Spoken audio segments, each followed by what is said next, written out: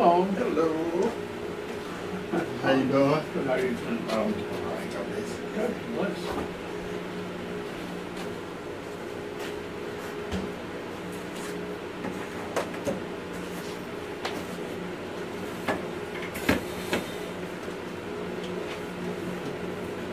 Mother Hall ain't be with us tonight. What's that?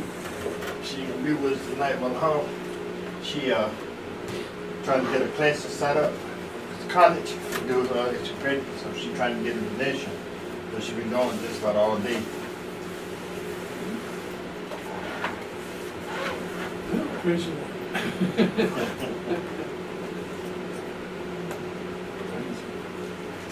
Just you and me and the chickens, that's it. That's it. Well, all they said do what we can do. That's some other thing we can do.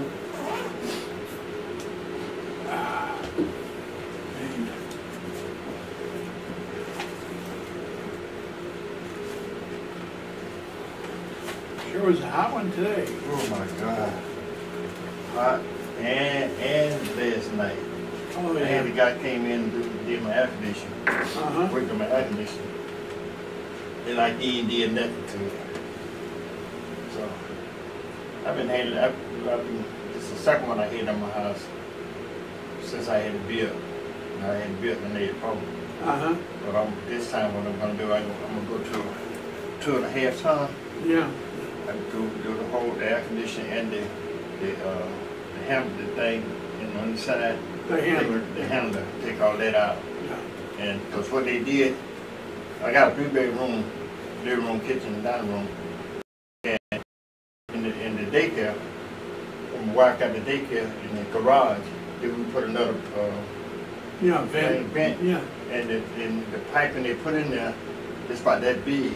And the one that the original, they're only this big. So the biggest the air is going out in the daycare. So Yeah. anyway, I'm going to 2.5 to 3 ton to change over. Yeah. We just we bought the house 5 years ago, and our air conditioner quit right after the hurricane.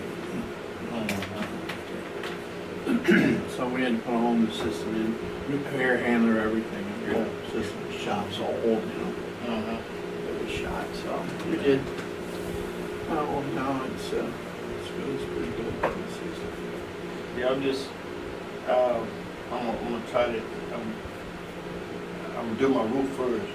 I'll go ahead and put my new roof on. Yeah, we have to do that too. Ours is leaking, and I wrestling with the insurance company over it, and we have to have a home. The hail, it's got hail damage when the hailstorm went through. Oh yeah. Okay. And the shingles got blown up, and they're old and they don't seal back down, so the nails underneath it. When that was built, when they did that, so it's, you know, some time ago, they used steel nails and they're rusting. The guy went up there and pulled around his fingers and said, "That's why you got your leaks." I don't have no leaks, but I got a tree in my front yard, and the rain, when the rain, it's been 10 years since I had the new roof put on, and when it rained, it done made it dark up there, because my house is beige. And my shingles is kind of beige like. So, and the back part, like brand new. But the other part is not, so I'm going to go ahead and take that roof off, put another one up there. Maybe you want to consider putting one of those aluminum roofs where you don't. Yeah, I thought about that, but then my baby sister up home, she got one. She been here now about 8-9 years. Yeah. And it you know, I don't know what color she got. I can't say what color it is because they kind of a rust looking color. Yeah, they got them all different colors. Yeah. And so I guess after 10 years they don't look like they, you know, it don't look good to me. That's the only reason I didn't put it out there. Well, somebody said they're good, but they make noise. You can hear the noise. That's what I did. Now I believe that because what they did, I back in March, I took all the carpet out of my bedrooms, not the front room, down the hallway, and I put carpet, all 3 carpet of the bedroom, 3 bedroom, then the closets, And the hallway, I didn't carpet it. I put my wife wanted to put that wood. Yeah. That's the worst thing. My daughter tried to tell me, Mom, you don't want that in there. You step in there, you can hear everything. It's so loud. It is loud. Our house, when we got, there was a foreclosure, but it was built well. It was built in the 60s. Mm-hmm. And they had hardwood floors all through it, but they had them painted. So I had to ground off all the paint and redid the floors, and so they're natural floors. But they do squeak now and then. Yeah, certain areas that they get old, you know, it's not enough to worry about. They're a little easier to keep clean than carpet. But personally, they all wanted the wood floor. I really kind of wanted the carpet. I wanted the carpet too, but my wife, we had the carpet there since this is second.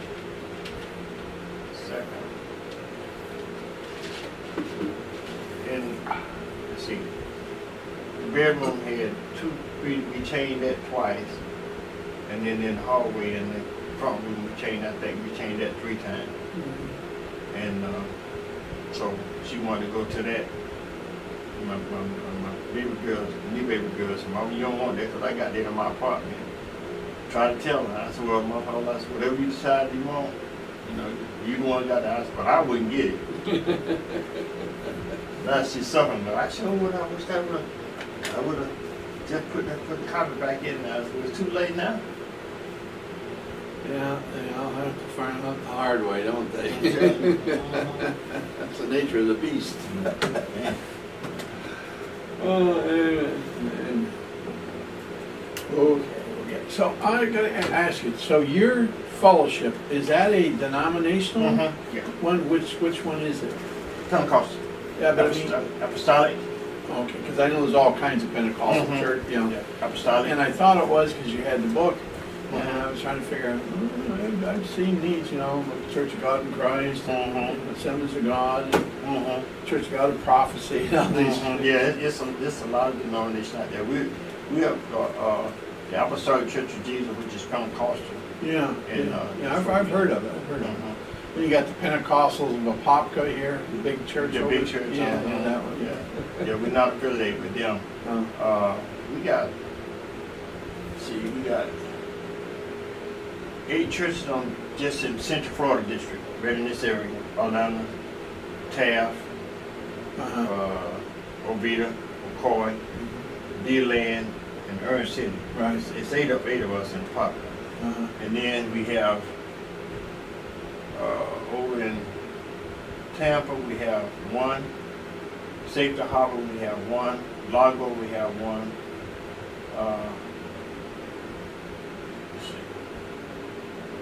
Then we have Avon Park, 2, Lakeland, 1,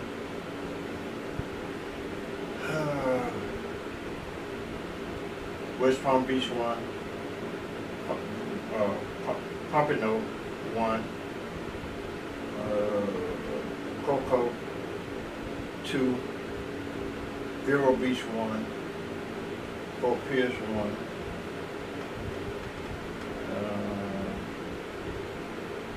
Fort Pierce. Then we have, let's say Cocoa, Albany, Georgia we have 1, Valdosta we got 1, New Orleans we have 1. That's a lot of. Yeah. So where's the headquarters out of? We had a big church over in Altamont, but it when they went, we had it built, but the finance, they didn't know how to maneuver the finance around to keep it. And when they didn't, you got to know how to maneuver your finance. Oh, yeah. You got, if you don't have nobody in charge that never experienced handling big time money, you're gonna have a problem. Yeah, you're gonna have a problem. We eventually got rid of it, and we had billed because when we went in, it was 1.5 million. And when we went in, they had so many other churches. Well, the bottom line was You should have sold the other churches and then everything fell in that big church right there because it was big enough to hold everything. It had enough land and everything, but it just didn't work out. Now they got, they probably got about 400 or 500 apartments over there. I mean big ones, nice ones in the area. Headquarters now is in Avon Park, back to the original headquarters. So the denomination's right here in Florida, out of Florida then? Mm-hmm. Yeah. Yeah. Oh, okay. You know, I didn't know. So. Mm-hmm. Yeah, it just, I think they started in 40, 45, 46, somewhere along there. Yeah, right after the war, yeah. Mm-hmm. And I was born in 45. Mm-hmm. You was like in 40, it was 45, 46, I think that's what the paperwork said. Uh-huh. Because Seymour was 1910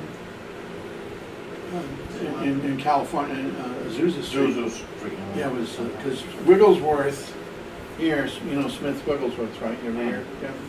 No, he was a big evangelist in healing ministry, huge. And he was friends with Seymour. He was. Let's see. He was around at that time, during the century. Oh, this was going on. Amen. It'll be, the thing is, we got so many small churches now. In Apopka, we never could, we was more, we had more, they were families. Yeah. But the bottom line was that it's so many churches in Apopka. Oh, I know, it's one on every street corner, isn't there? Yeah. Doesn't matter where you go, there's a church there. And so, you know, it's like, and our kids, they growing up now, they leaving and stuff, and then it's hard for most people sell their church to be in there 10, 15, 20 years. Yeah. They're not gonna move out. They may come and visit, but they're gonna move out from their home church because they've been settled there. Yeah, sure. Sure. Oh yeah, there's church, well, in this complex right here, you know, this is all business, and yet there's 1, 2, 3, 4. With us, it's 5. There's 5 right here, just in this street. Just in this. Yeah, 5 different. No, 6. There's 6 different ministries on this street. Yeah, I seen one up there on the right when you first come in. That's a big one. International thing. I don't know what that is. Right across the street from it's a small one. The one right across the street from us. There's a Spanish church there. There's a Spanish church behind us in the other complex. How long? I know, it's amazing. And the one across the street, they have so many people in there, they have to have people park them. They have to have parking guards on Sundays. And yeah, and they have to have a shuttle. They have a little cart because if people can't park close, they can park them all wherever they can and shuttle them all in. But they have parking guards out there, and they say if lot's full, you got to go someplace. Oh my God. Yeah, it's like okay, and they're fairly new. They're Spanish. There's been other fellowships. There was 2 of them at one time using it. When the Spanish church come in over there, they have a lot of followers. So this is fine. It's their thing. I used to work with a friend of mine. He was Seventh-day Adventist. Yeah. And what he told me what they do, they used to have a church up here in the park with about McDonald's. Yeah. And they sold it and built a bigger church. He said what they do in their church, their congregation, okay, they got a large congregation. He said when they go in and they got another church, if they buy another church and they ain't got that many members, if they got 25 or 30 members, they'll take 50 from the big church. Yeah, they're moving over there. Moving there. And then when they get established and get going good, if they want to go back home, they go back. If they don't, they can stay there. And that's how they. Yeah, and they got that big school down there on 436. You know, the big school there. That's a Seventh-day Adventist school, high school. Yeah. No, they got a big outfit. You know, for sure do. But, well, anyhow, everybody to his own. Oh yeah. Like they say, you gotta do what God calls you to do. That's it. Can't do nothing else. Not do nothing else. Don't despise small beginning. So That's right. That's right. You gotta start from where you start from.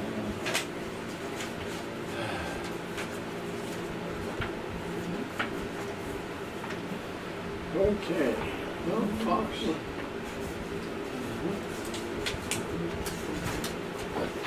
Oh, I was gonna say, one thing I didn't do is I have note paper here, this, binder, so you can, you don't have to write all over everything unless you want. You can use it if you want, all you want. Yeah. I got lots, yeah. Oh, okay. Do that. My bad. My mistake. I generally have a little book. I have another book, but sometimes I just go ahead and be writing. Sometimes I go ahead and. Yeah. That's good. Amen. Oh, we get started. Father, we thank you for this night. We ask the Holy Spirit will come and teach us these all truth. I ask for your anointing upon this teaching. And let your words be said in our mind. In Jesus Christ's name we pray. Amen. Amen. Okay. We are on the white tab. If you go to the white tab, and we're on the page there. It's got the dragon on it. Turn white. And if you go to see the white tab should open right up to it. There you go. That's it. Turn the page. Too many. There it is. That's where we left off. Yeah. This chapter.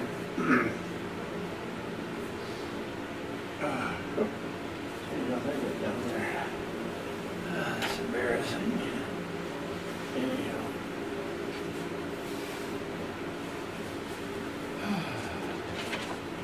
See what else we want to get here first.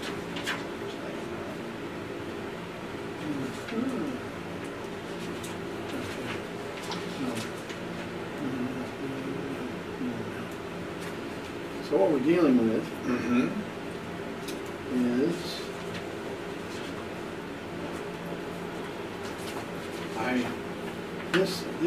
this chart here. In your book, I think it's in the second section. No, the next one over. At the end of that. Yeah. Okay, you need to take it out and move it. I put it in the wrong place. And just dig it out. Okay, close that back up now. Okay, now flip back. Now flip back to the end. Yeah, right behind. At the end of that chapter, put it in. Behind the last page there. There you go.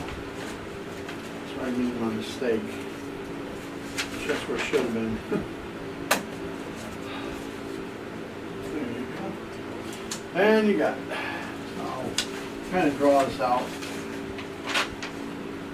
We're talking about the three creations here.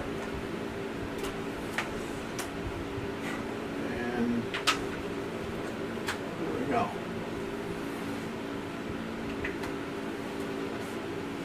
There we go.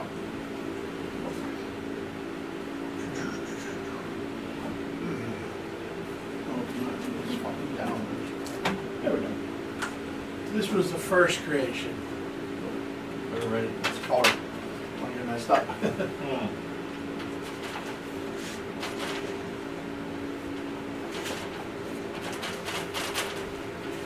This was the original creation, right there.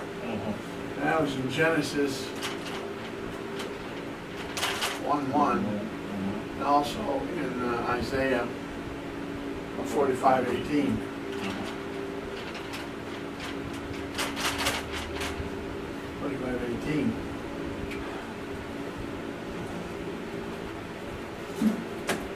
Let's see, find the verse here. Sorry, we have it down here.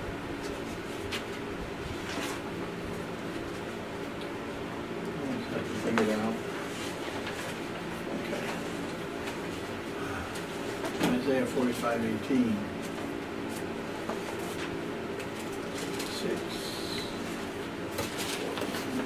45:18. Thus saith the Lord God that created the heavens. Isaiah 45:18. Okay. God himself that formed the earth and made it. He had established it. He created it not in vain. He formed it to be inhabited. I am the Lord, and there is none. So, when he created the earth, the first earth. It wasn't created with chaos at all, as we see right here. Because in verse 2 of Genesis, it talks about this. Genesis 1:2. It was void, darkness.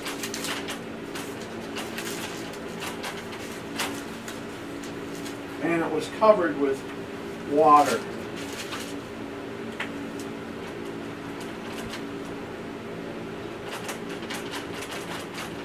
It was drowned out, basically. It was drowned out. Drowned out. And verse 2 reads, and the earth, the word was there is actually a wrong translation. It was became without form and void.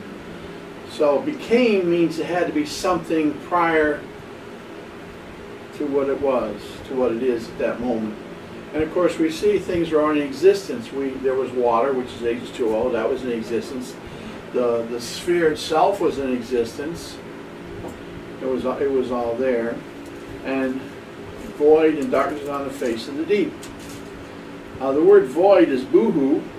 It means to be empty, undistinguished, ruined, emptiness, void, totally ruined. Without form is tuhu, from an unused root meaning to lie waste. It was wasted, lying waste. A desolation of surface. The surface was desolate. It was just one huge ball of water all around it. Figuratively, a worthless thing. Adverbially in vain. Confusion, empty, without form, nothing. So it was nothing. So something happened between verse 1 and verse 2.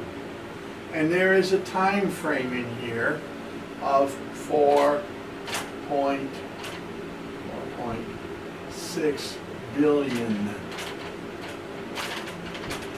years. So something happened between here and here to cause it to become this, because God did not create it that way. It says He created it to be inhabited. It had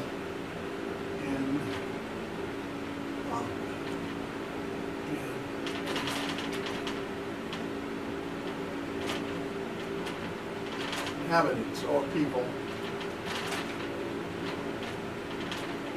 Creation. Whatever God creates here, and He creates it with life. There it was, the first earth. It had all in it. It was about 4 billion years between the two. 4.5 billion years ago, this came into existence, and 4 billion years later, 4.5 billion later. 4 billion, sorry, 4 billion years later. Now we see it's this. And then we come to the point, after that, of, as our chart shows, the second creation. And that's Genesis 1 and 3 through 3, Genesis 1:3 through chapter 2 verse 3. And this was Adam creation. This is the way to put it. Adam was created there, and it was a recreation, or because it already was in existence. The ball was there. The earth was there.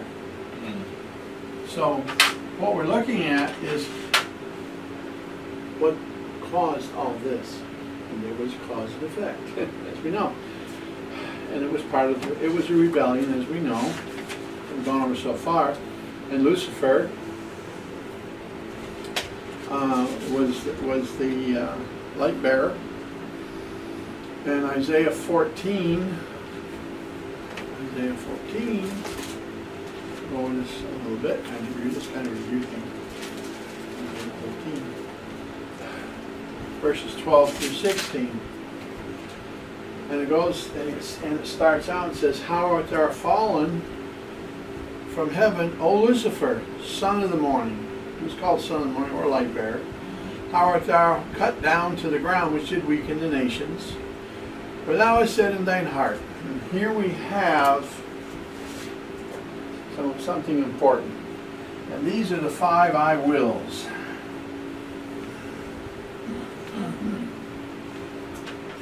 Five I wills, he said. And we need to know them. Number 1, I will. And I will is self-determination. He's self-determining this. I will ascend. Okay, it's going to be an easy way to do this. Hold it and run him down. I will ascend into heaven. Ascend.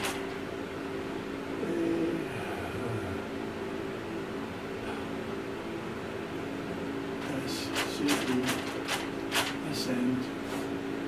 Let's go to heaven.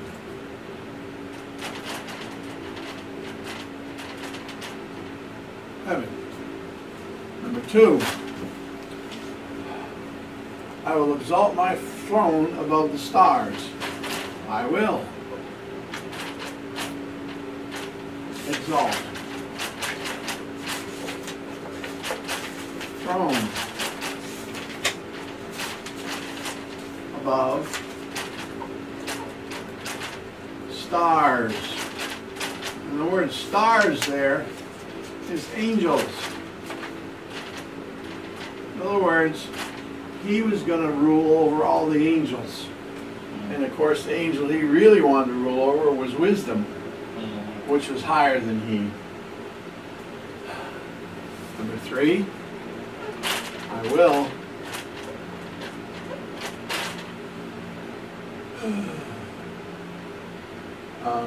sit upon the mount of the congregation.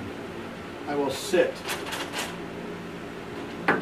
U-P on mount of congregation.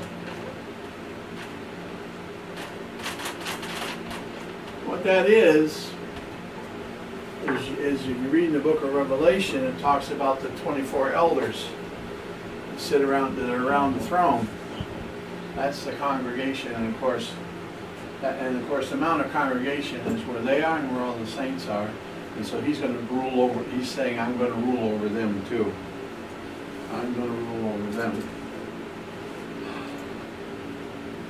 Number 4, I will ascend again.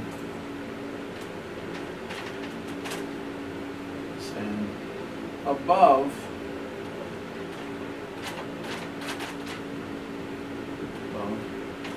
any height on the clouds.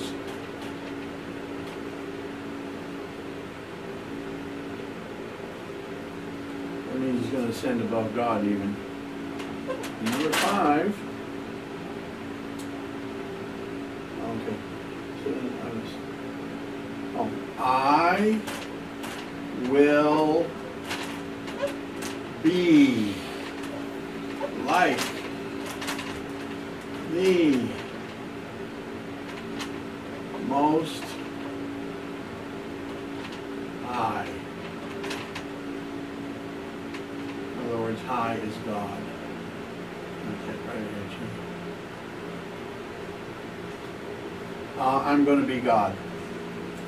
I'm going to be just like him, greater than he. That's his. Those are his 5 I wills. We need to know those. We'll get into a little bit more about them. He said, and God says, you're going to be brought down cast down to the ground, burned up, and be no more. So that's Lucifer and the fall, and all that happened between here and here. Now we go back to our page with the dragon on it. There you go, you got it. The name Lucifer means light bearer or brightness in the Hebrew sense of the word. He protected the Shekinah glory of God, of the God cloud that hovered over the kingdom. See, God's Shekinah glory hovers over the kingdom. This creature was the first steward over the kingdom of God in the day when the Lord God created heaven and earth, Genesis 1:1. It is important to understand that the kingdom of heaven is not something that just begins with the Gospels of the New Testament. The saga of control and kingship of the kingdom of heaven is the Bible's core theme. From Genesis to Revelation, the geograph of the kingdom is from the surface of the earth, here, the surface of the earth, here, of the earth below, and up to all things within the bounds of the firmament of heaven. So everything. Now there are 3 levels, what we call 3 heavens. The first heaven is when you go outside and look at the sky tonight. That's the first heaven. And of course God is up here in heaven, what we call heaven, and that's called the third heaven. And in between here and here is what we call the second heaven. Now, Satan in his kingdom was cast out of the third heaven, so he dwells in this area. The first and second heaven, that's where Satan is, or his kingdom is, in those areas. Now, what people don't realize, Satan's kingdom is a physical kingdom. And he has, in the galaxy, you know, the center of our galaxy is the sun.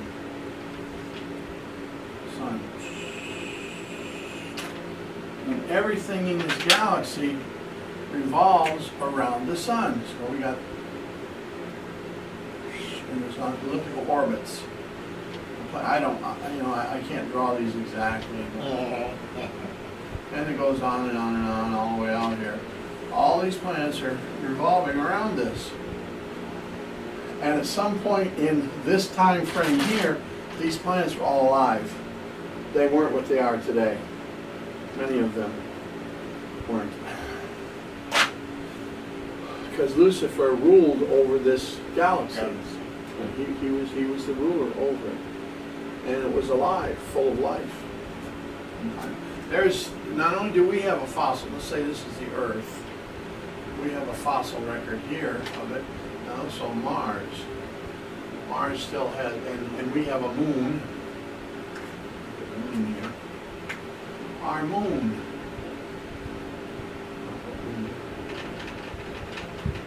has records of things being there. NASA knows it, and they've hid it from us. They tried to hide it from us. They have photographs that have leaked out some of structures up there, bases and things. And at one time, some part of the moon had this huge, massive dome structure over a huge area.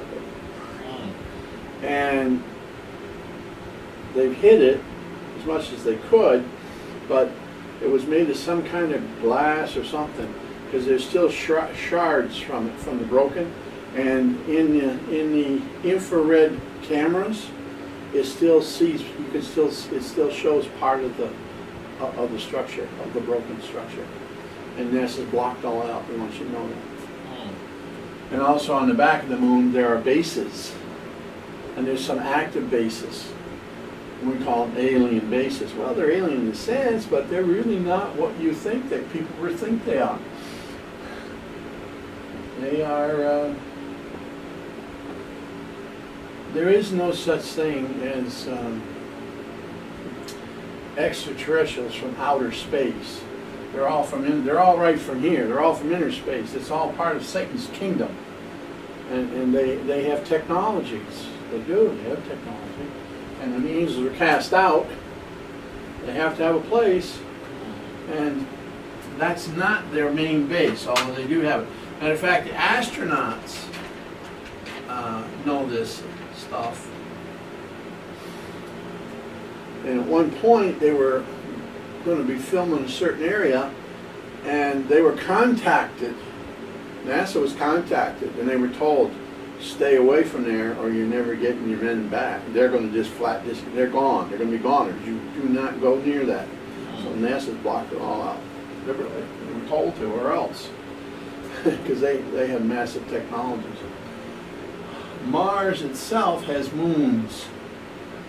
Moons.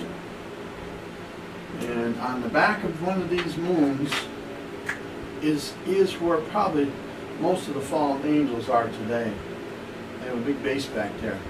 We sent probes there, and the probes were shut down. The Russians sent the first probe there, trying to go there, and it was thrown off into outer space.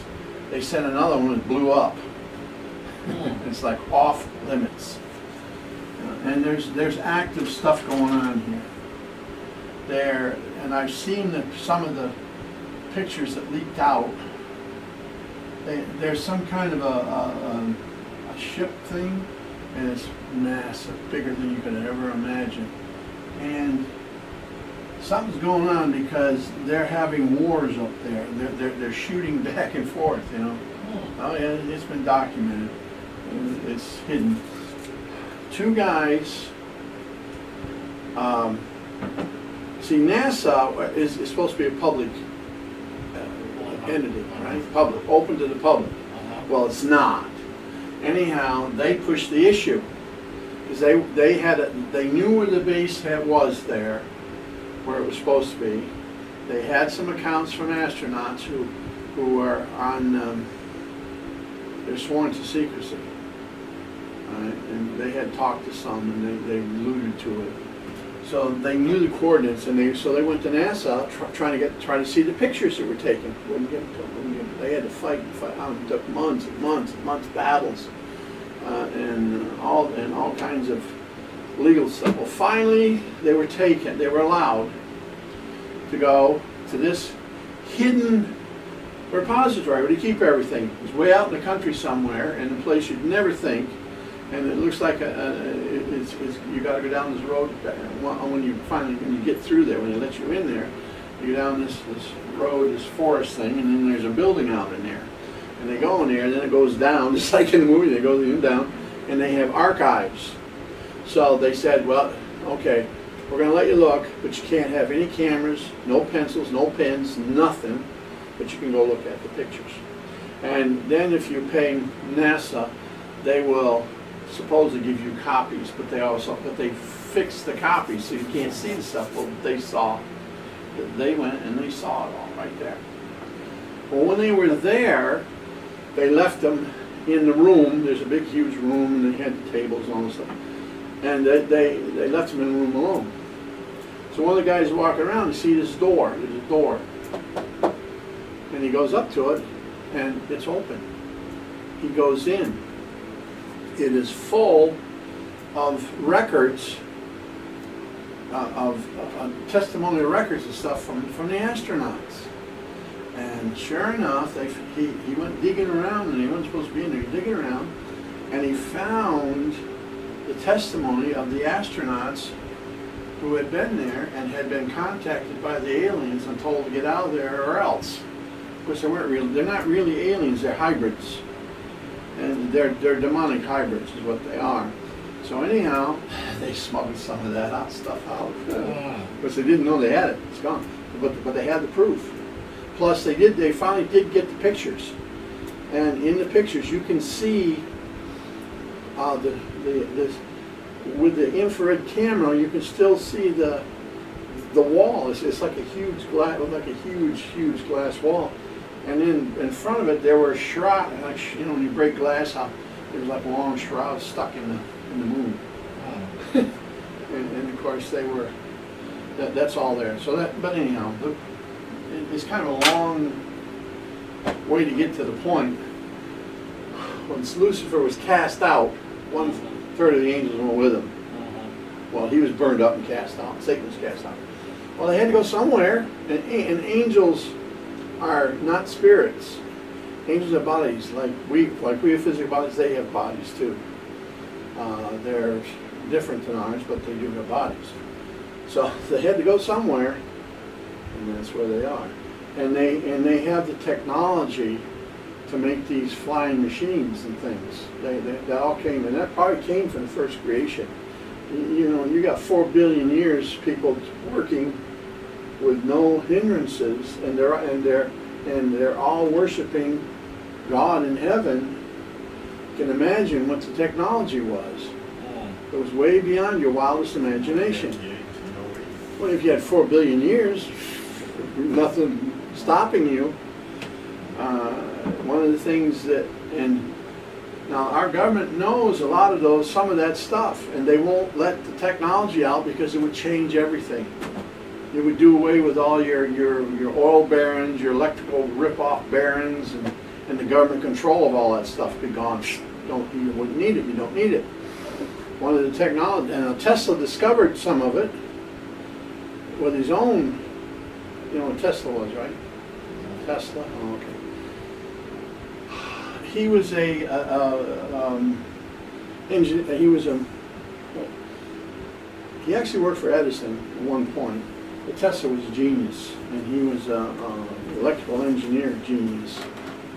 And he discovered the frequencies and the magnetic fields, and how everything works on frequency and magnetic fields. So you don't need fossil fuels or anything. It's free energy. Within a magnetic field, there's another field, and you can amplify that field, and it's free energy. And you can make a perpetual motion machine. You can make anything you want, and you can train that. In other words, it's like a box. You can set it in your house. You wouldn't need electricity. Everything will work because it draws it right out of the air. It's all free. It's all there. God's created. It's all there. And so anyhow, he discovered, but the first creation knew how to use that, and their machines were moved on magnetism. It was like it creates a frequency. You know what a radio frequency looks like?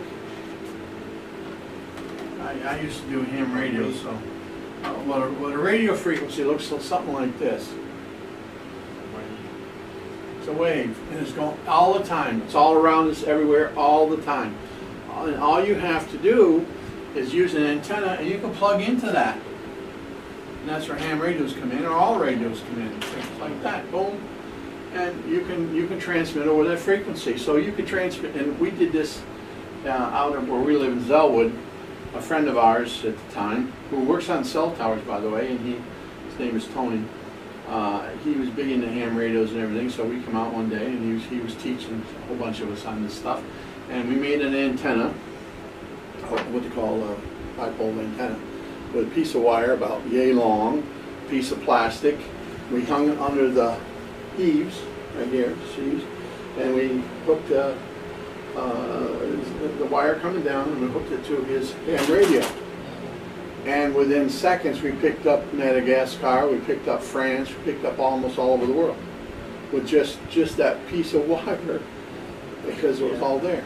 I had a friend coming out.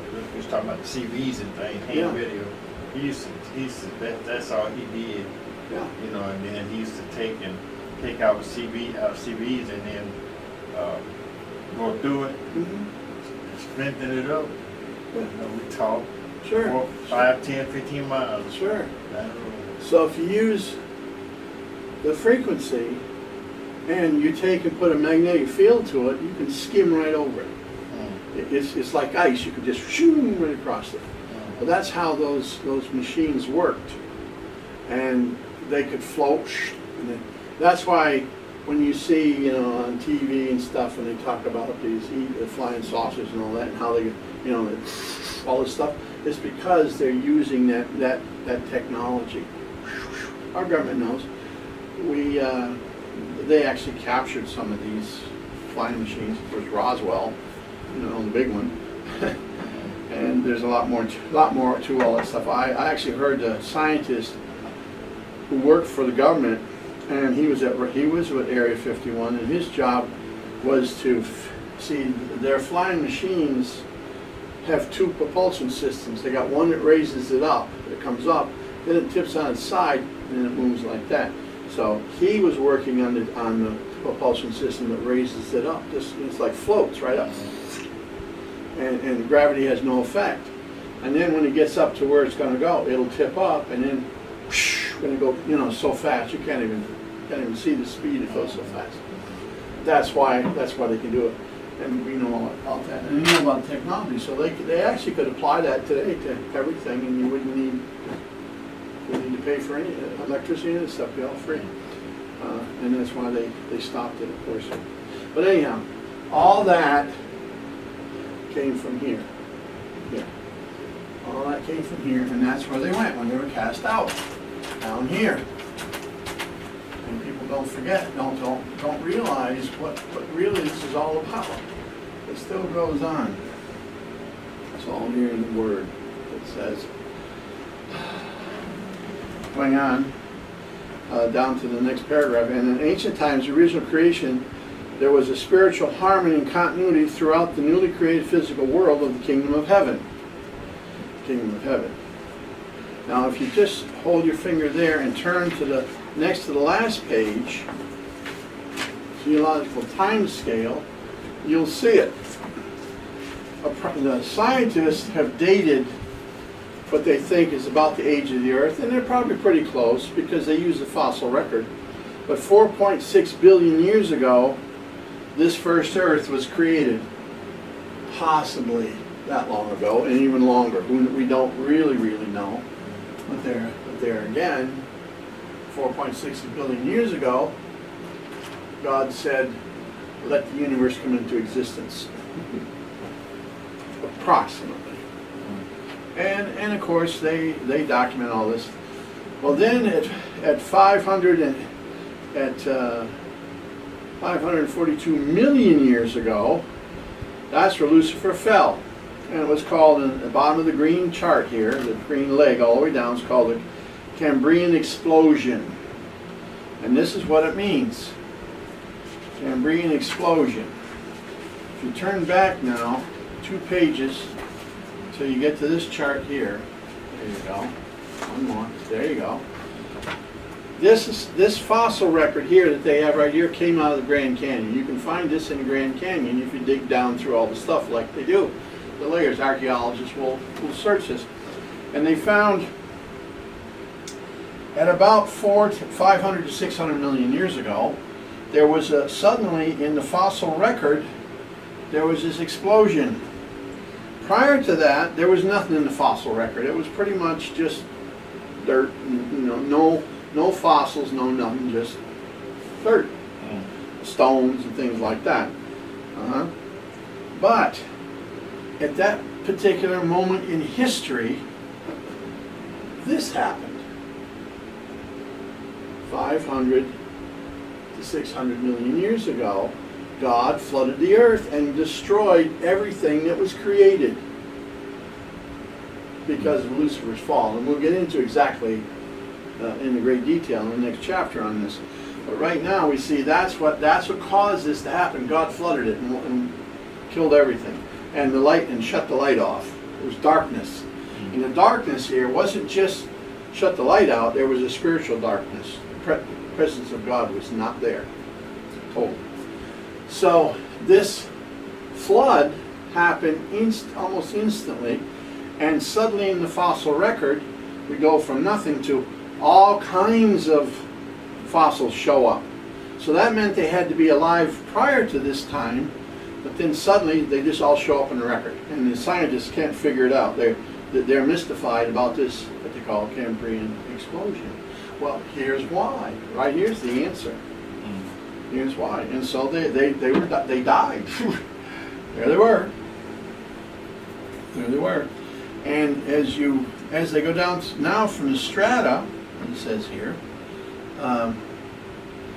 you'll see from the Grand Canyon superstructure rocks, and it's got, and if you go up to the top there, it shows each one how they, you know, list them, identify them, and you see all that, and you see the layers. Number 11 is tepid sandstone.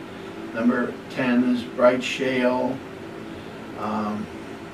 Number 9 is a humustone. Number 10 is a butte FM, whatever, butyl FM, a temple butyl FM. And there's number 7 is a red well limestone. It's got all these names they put on. 4 is Hermit Foundation. 3, but the top one here is the Cobble Foundation.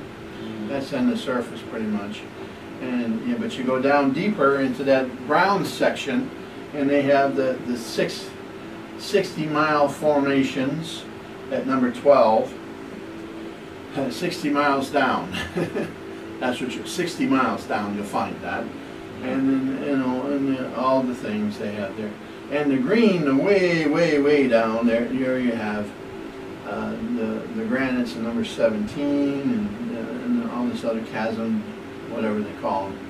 Anyhow, and if you look to the far right, you'll see the Paleozoic system, but also it says layer age in millions of years.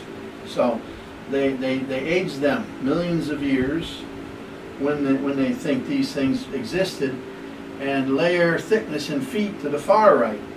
So it tells you how long it took to get that depth. And that red one there, the first one, at number 15, is 6,800 feet thick, and it took 1,100 to 1,200 years for that, according to this.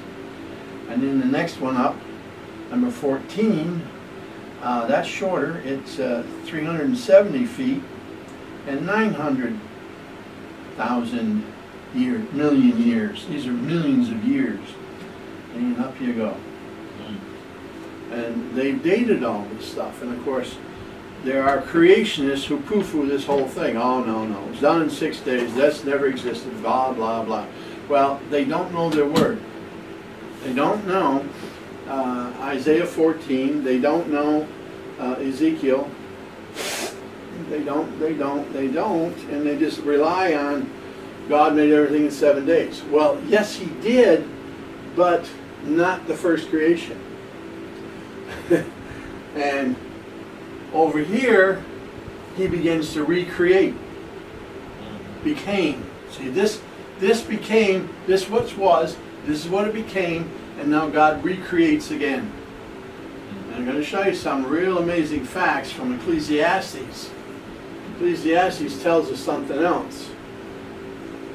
All this existed before, and in this creation, there was a garden, there was a Babylon. Lucifer ruled from Babylon, the first Babylon. And the first Garden of Eden was here. This was the second. Ecclesiastes tells us this. It's all in there, and we'll get into it. So this was just a remake of what there was before.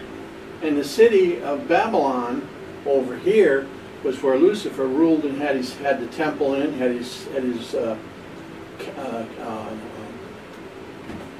castle or kingdom in, and had his throne. That's where he ruled from for 4 billion years. Yep, 4 billion years, and we'll show you that in Ecclesiastes. It's right in, it's clear as a bell. It's amazing. So when it says garden, he says he was in the garden over here. Oh, that must mean here. Oh, it must mean this. No, there was a garden here, and he was in this garden. And this is a remake of this one. And the Babylon he's talking about was over here. And then when the recreation here came, in the fall of man and everything.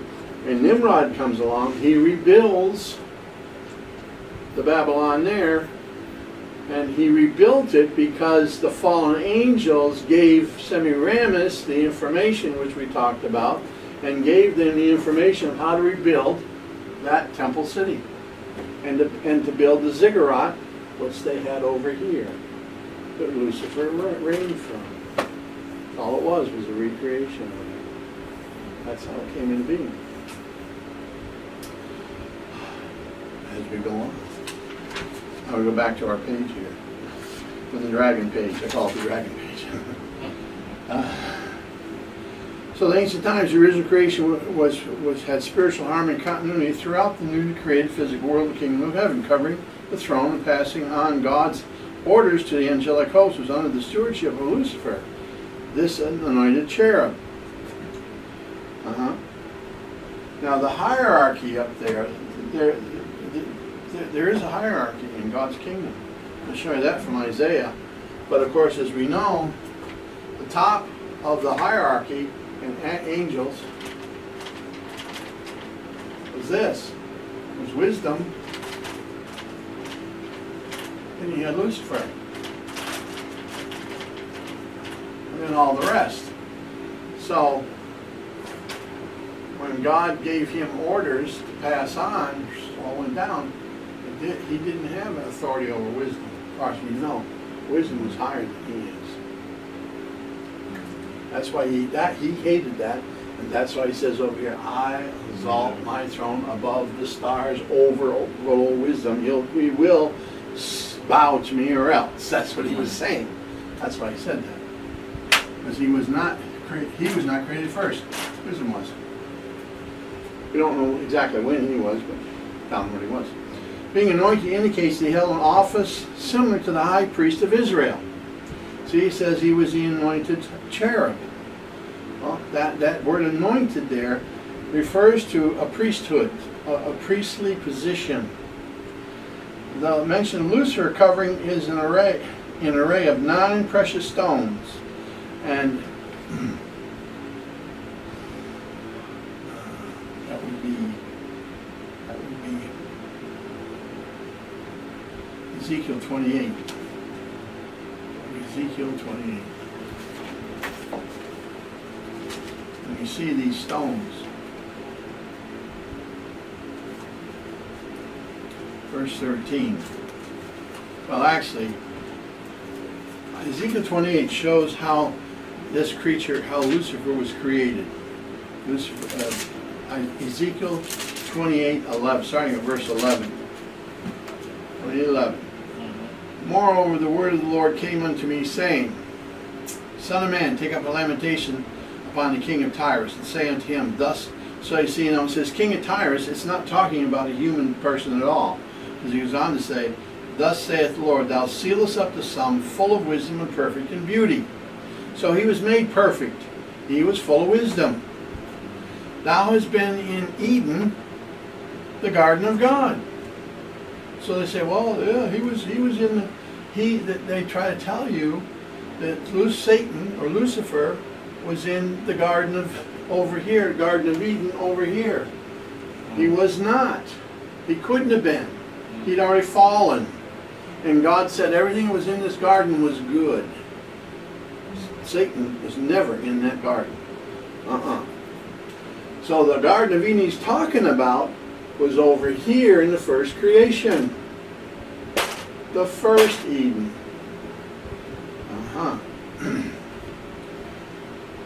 And every precious stone was thy covering. The sardis, the topaz, the diamond, the beryl, the onyx, the jasper, the sapphire, the emerald, the carbuncle, and gold, the workmanship of thy tabors and thy pipes were prepared in thee, that the day thou was created. And everybody says, oh, that's musical instruments. It is not. They are not. They are not. As a matter of fact, it'll be in the next chapter. The word here, taberts, is a hollow in which gemstones are set. T-A-B-E-R-T-S, and that's in the Hebrew.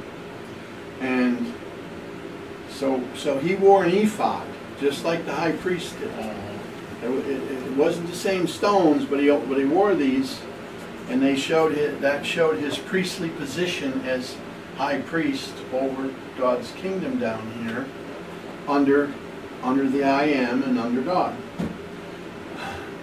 And it's there, but the word also is used to mean drums or cymbals, you know, or what we have them back there, you know, you shake the thing and the things on it. But it also applies in Ezekiel 20, as it says here, as a bezel or hollow in which a gem is set.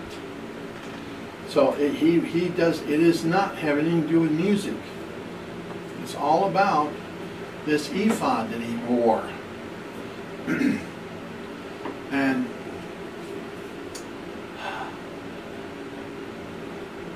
so that was it was created for him to be the high priest. Now, to be a priest. And also it talks about here, later on in the next chapter we'll see it in detail, here on earth, in the city Babylon, it was then, he had a temple.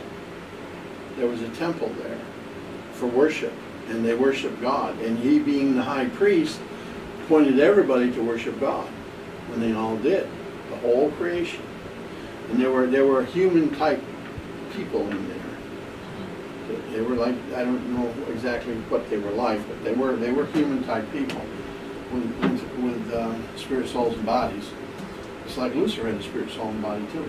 All the angels do too. So for 4 billion years, they all worshiped God. Walked the straight and narrow. Perfect. And his part of his job was here to rule and reign, and also be covering over the throne. People will ask, well, how could he be here in the temple and ruling from his kingdom here, and then be in heaven at the same time? How could he go back and forth? You know how he did, you know how it was done and how it's done? Most people don't know. What's the fastest thing in the universe? Fastest thing? What's that? Fastest thing you say? In the universe? What's the fastest way to travel in the universe? How does God travel? Time. It's here and there. Yeah, but there's a method of travel between them. Most people will say the speed of light, right? That's slow. Speed of thought. Speed of thought. Yeah. That's the fastest. That's how God moves, speed of thought. That's why he can be everywhere at the same place, same time. Just boom, there. It's like this. How fast can you think of being on the moon and back again? Boom, I'm there, boom, I'm back. That fast. And we have a reason we know that's a fact. Dealing with deliverance sessions and dealing with a lot of those kind of things, we learned over a period of time was real to us. They move the speed of thought. Speed of thought. They can move. So that's how he could be here, and then when he was needed before the throne, he'd be there. Boom, boom, almost instant. Almost instant. These are not the exact same 12 stones that the high priest of Israel wore in his breastplate, but the similarities of this covering signify that Lucifer was a priestly ruler over the old world of those ancient times. Turn the page. So we see he was a priest, and that's what he did. He directed everybody to worship God, and they all did. He was second only to the Lord God in power and authority over the realm of the whole kingdom.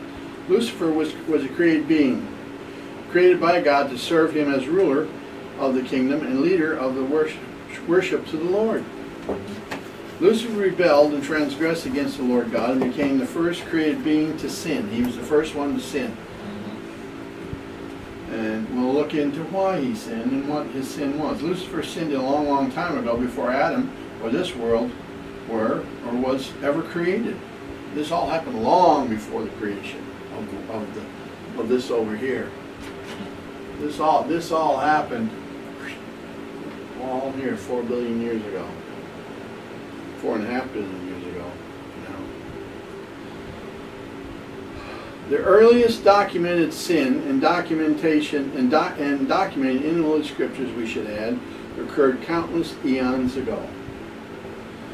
It certainly happened sometime before the Cambrian geologic period, about 400 to 600 million years ago, because that is where we see the explosion of well-developed life forms in the fossil record. They suddenly disappear in the fossil record. Well, what makes a fossil? Something that was alive that died and left a residual of it. Their bones, their shells, and that's what you have. And they petrify. I have at home, I should probably bring and show you all. When I was a kid, when we lived in New York, they dug up the street on the front of our house, and they were putting in pipelines and stuff, because our house was here on the bank, way up. And my parents went down one day and found in the diggings, they found this stone.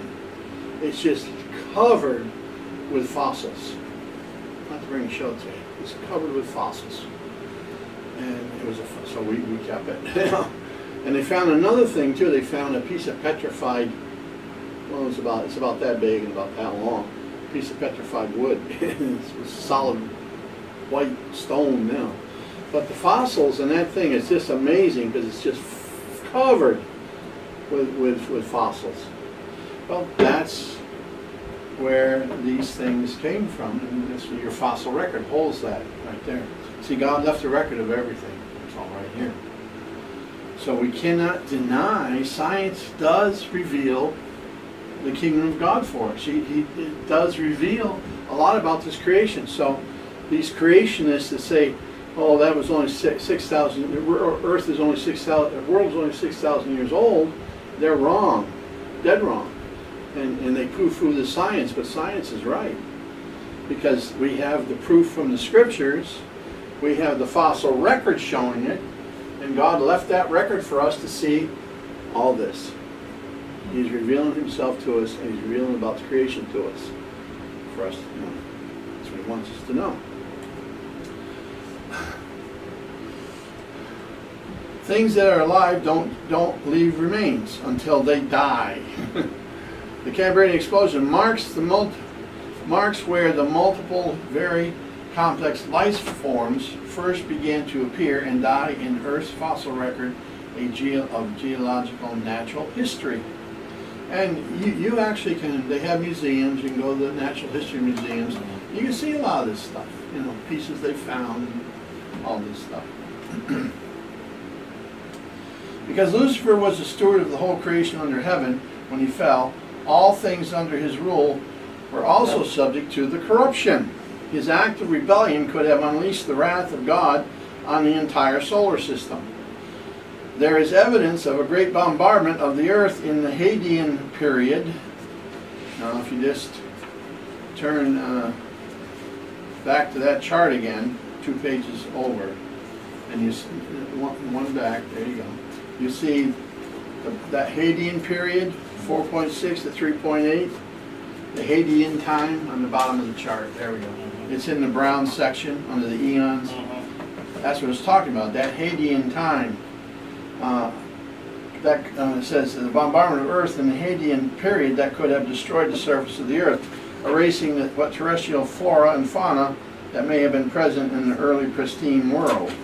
So that Hadean time, something could have happened there, it says. The sons of God and the morning stars, Job 38, 4 through 7. Matter of fact, we need to go there. Job 38.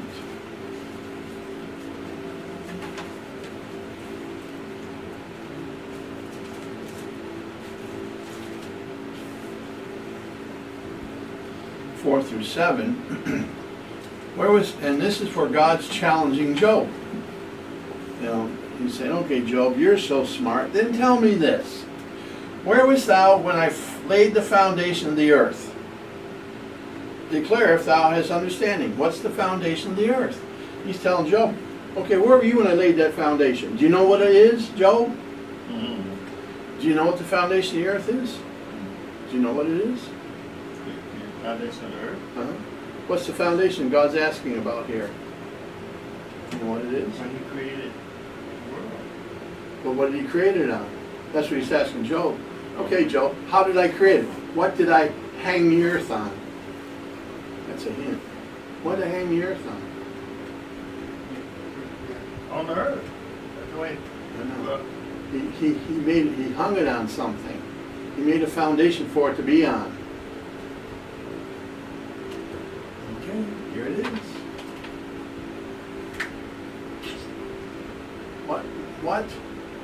What does the earth do? Here's the earth. It spins, doesn't it? I'm not sure that's the right way. It's spinning. Spinning.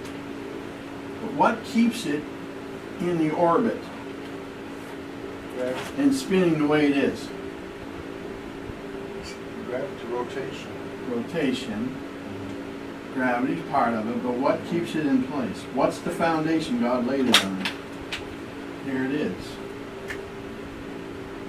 Does this look familiar to you?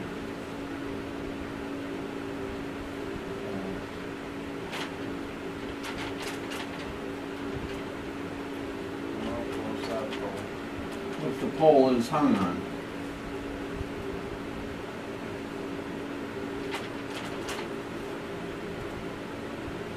The magnetic field. Oh yeah. That's the foundation. It's hung on this magnetic field that holds it in place. It spins all around it, but that magnetic field holds it where it's supposed to be. That's the foundation he laid. And he asked Job that. Job didn't know that. And we only know it because the science has discovered it and all that stuff. And the poles shift. They shift all the time. You know, there's the true north and magnetic north, and when you do compasses, you have to allow for that stuff. I teach orienteering. I have taught orienteering, and yeah, it shifts. But this is the poles. See, it spins on that axis. That's the foundation. He says, boom, let this magnetic pole be here, and no gravity, and it stays in place. And then the whole thing is, again, in place. It follows the path all the way around. Always, never changes.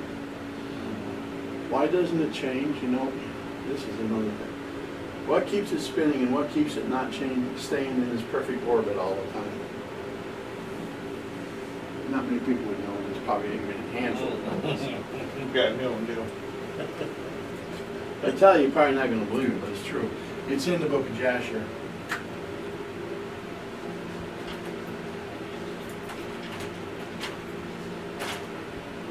Angels.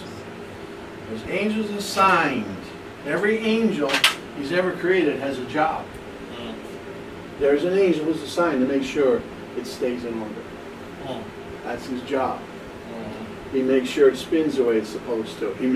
There's angels who control the sun. There's angels who control the sunlight. Because if you didn't have something constantly controlling it, you have chaos. It would just blow apart. And they say, well, it's God's power. Yeah, that's true, but God has angels who direct it, and it's all in the book of Jasher. It tells about how they direct the clouds, the rain, everything. And that's what keeps it in place. Keeps it moving. You have to read the book of Jasher. And the book of Jasher, by the way, is listed in the Bible right here. It's mentioned in the Old Testament. But it's there. And I've got a copy, or part of it back there. It's in the Apocrypha, but it's not really part of the Apocrypha. So anyhow, go here. So that's the answer that Job couldn't answer because he didn't know it back then. Who hath laid the measurement thereof, if thou knowest? Who hath laid the measurement thereof? Oh, Holy Spirit. And who has stretched the line upon it? And the Holy Spirit, God. But again, who actually measured it and who actually laid the line upon it? Angels. Now, if you remember Ezekiel, remember the Bible in here and how they showed Ezekiel and took him and says, here, take and measure the temple. Here's a measurement. That's what they did. Moses did it. That's what really did it. That's right out of the scriptures. If you look that up, you see it in the book of Revelation too.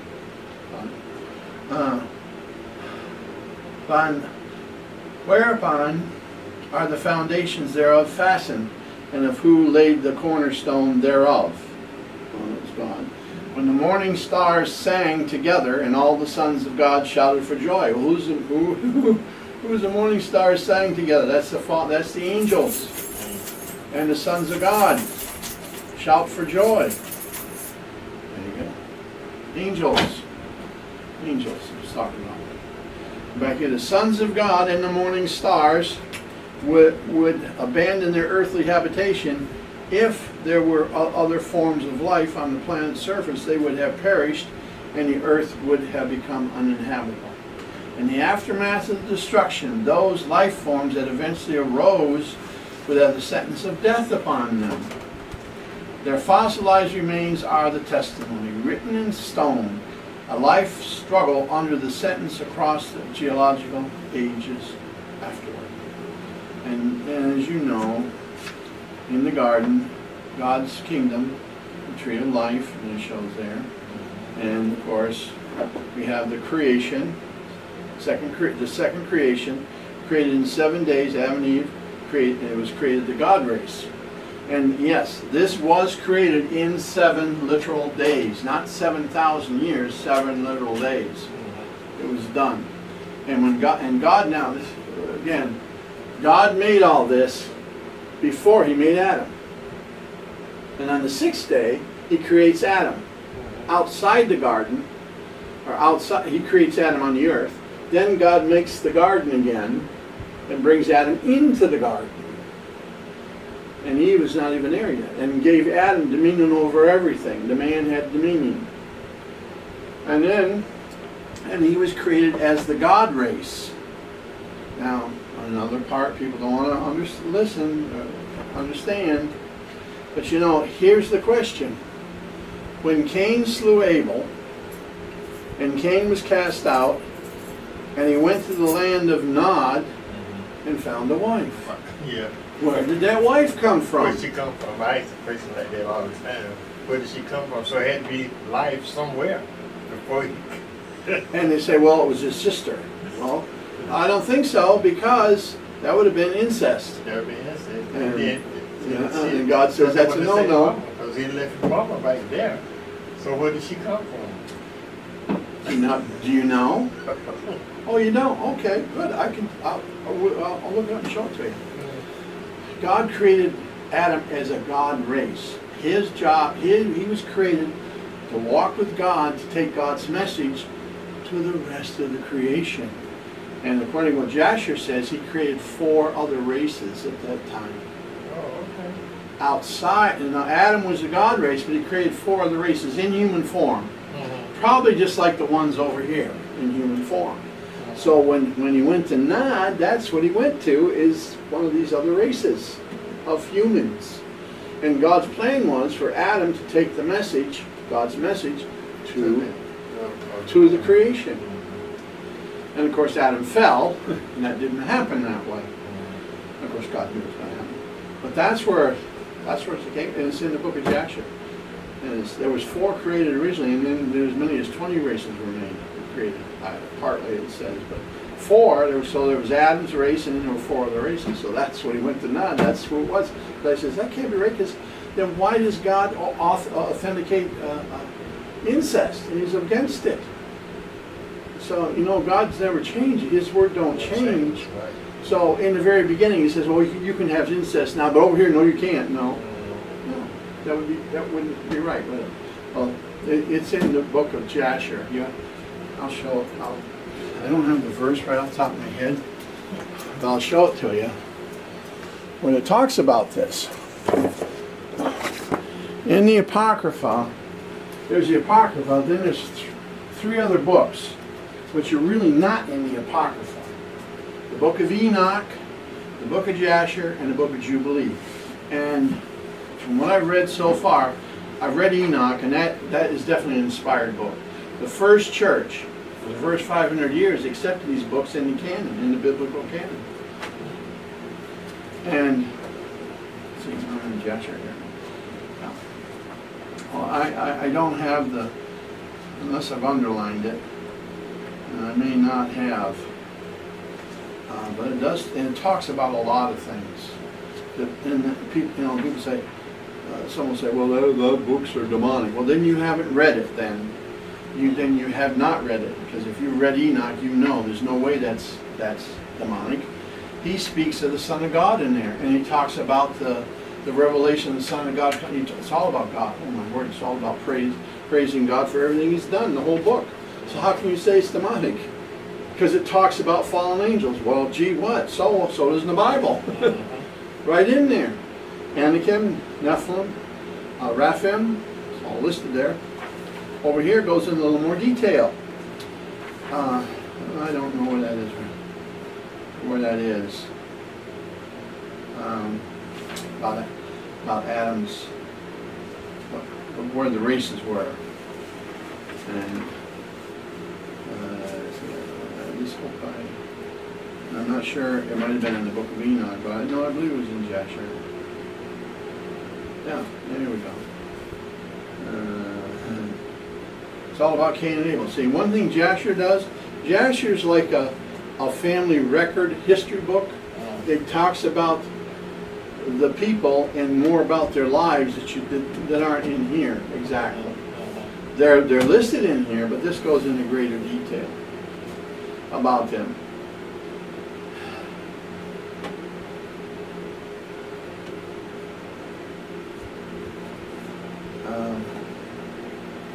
It talks about the city that he built. And you know, the city of Adam is still there to this day. Did you know that in Israel? There's another story. And that's right there. When Adam was kicked out of the garden, he went to the east. And he went and he crossed what is the Jordan. And when he crossed the Jordan, he built a city called the city of Adam. And that city is still there to this day. It's still there to this day. Right there. That's where we went. But I was trying to see if they had it here. Where that was listed.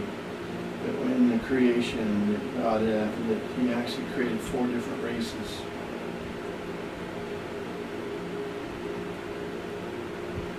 It might take me a minute here just to brief through this. I probably should write them down.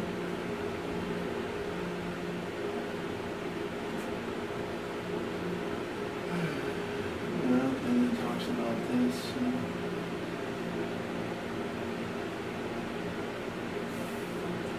I can't find it. It would take me too long. I thought I might have had it underlined. A chapter and verse where this was mentioned.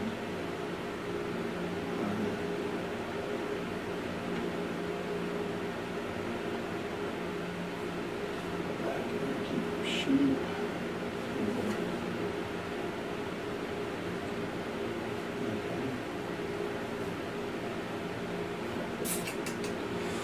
Well, I'd have to give me more time to find it, but it's in here. There were 4 other races, and that's where land and Nod. That's where he found his wife, because God wouldn't go against His own word. No, of course not. And of course, everybody wants to believe Adam and Eve were the 2 of the whole earth. No, they weren't. They were only 2 of the God race. That's the thing they don't understand, the God race. And that's because Adam walked with God every day.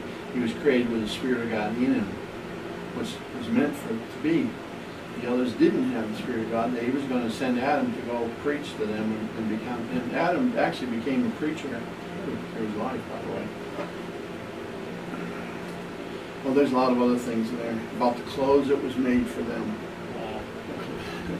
And those clothes didn't just disappear in life. They were passed down from generation to generation. Nimrod ended up with them. Adam's clothes, Adam's skins that God had made. So there we have basically the end of the first chapter. Right here. So next Monday we're going to have your first chapter quiz on this chapter. Chapter 1. It goes pretty fast, And of course we'll have the definitions, the first 4, first, did I say the first 5 definitions? First four, okay, yeah, the first 4 will be involved in that. And because the next chapter is Lucifer chapter. Matter of fact, we'll probably end a little earlier tonight. We'll go into great depths all about Lucifer. And see, originally this was all part of one chapter, and I broke it out so we could spend more time with each part of it instead of just all run through it one time. Because we will go into all the words and all the things that are being said, and the 5 I wills and all that. So anyhow, so next Monday we will have that quiz. Okay, and for now, yeah, I will dig out that in Josh, because that was always my question. I never could figure out why, where did Cain find his wife? And they said, well, it was his sister. Yeah, but if that's the case, then why did God tell him over here that was incest? You can't do it. Yeah, it doesn't make any sense. And I read I think it was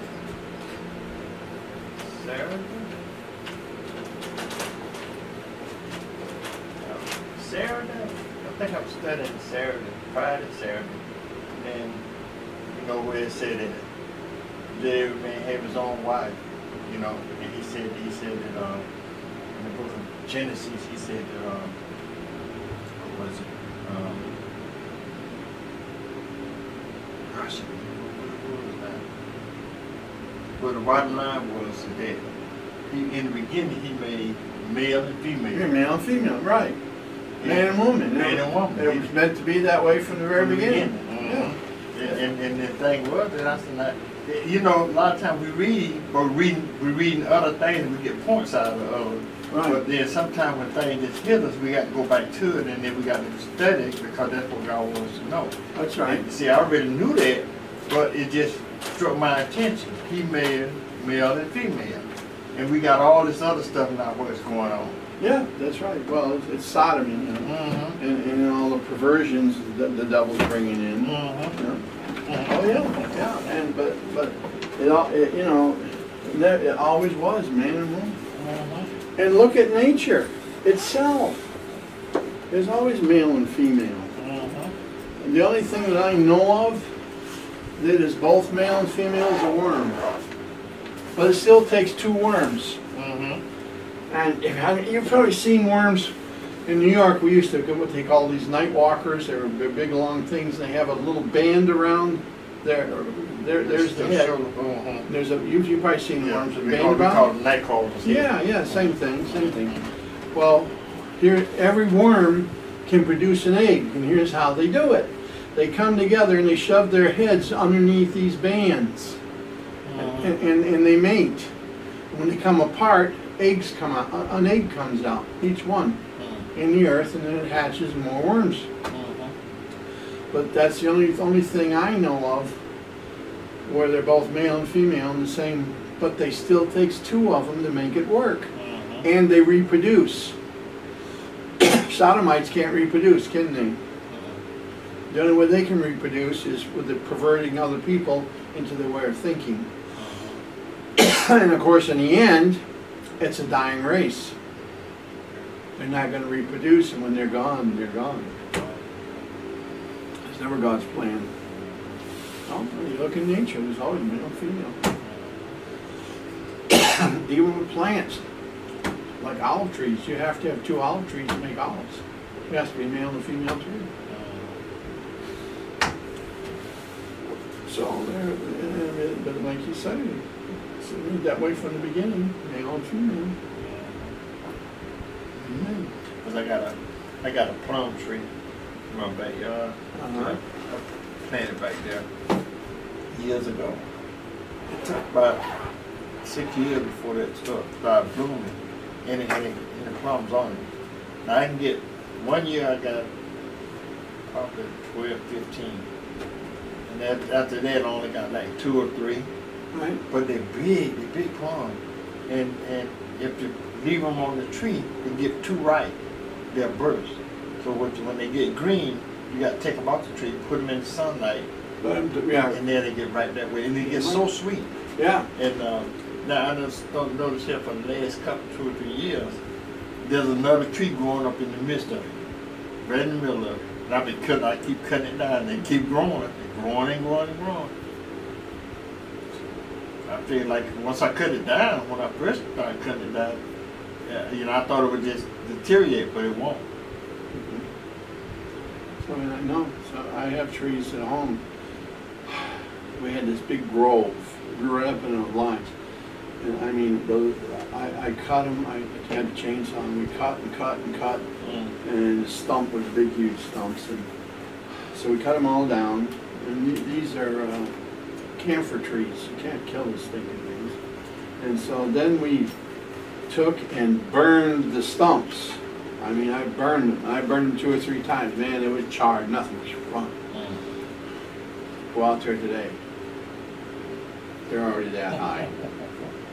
They're already that high. I got others I cut by the fence 2 years ago. 10, 15 feet tall now. All them rotten stumps. I kill them, cut them off, they go right back. Cut them off, they go right back. And so I dug, there was one plant, we dug out the stump. And I have a burn pile. And I threw it in the burn pile. We burned and burned. And the stump was still there. And this spring, and it stayed there all last winter, you know, until everything's dead. I go out this spring to get it, and the thing had put roots down. Was starting to grow again after being burned, dug out of the ground, laid on the ground and everything, and it had put roots down. And I had to take the truck and run over to push it out of the ground. It was pull the roots out of it again. Then we burned it again. I found out that they I had to got I had 2 trees in my yard. I had to cut one of them down because they grow together. Cut one all the way down, and you take some where you cut them down, put the holes in them, and then glue part of it, and put diesel fuel. Yeah, diesel. yeah. And then the oak tree there died. Yeah. It's camphor trees, well, you can't get on and off.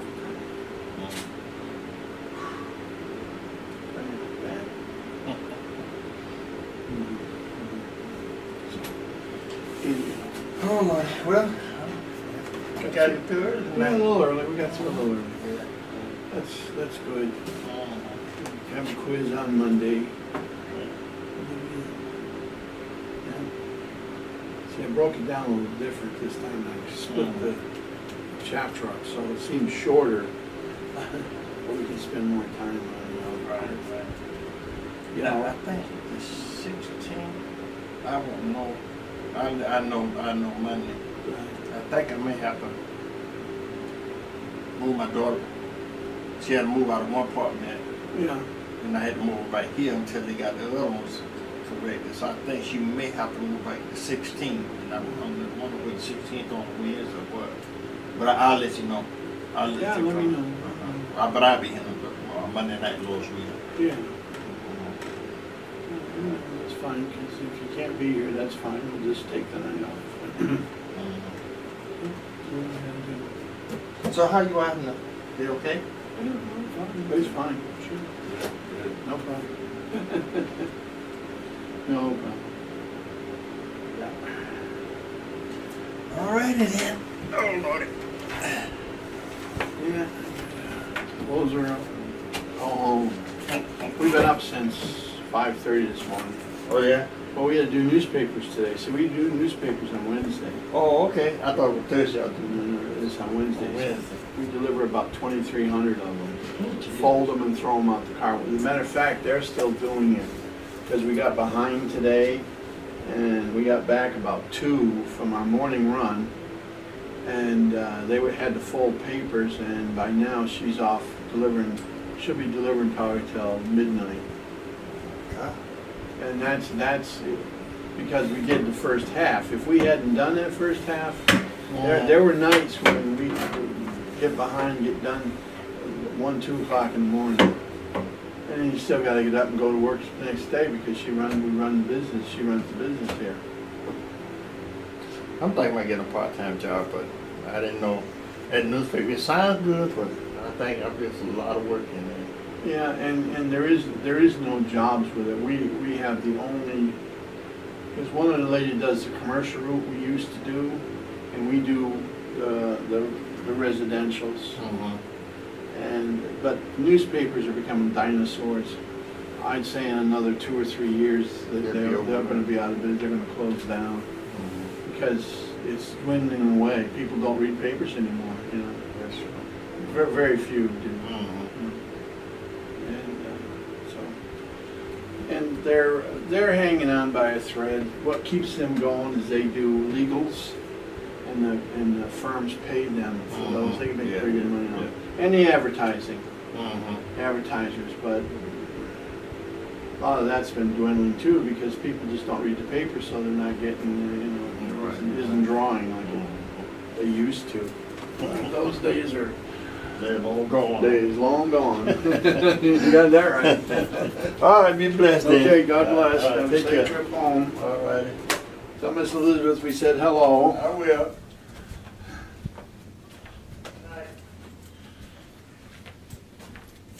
Good night, Miss Sheila. We are done.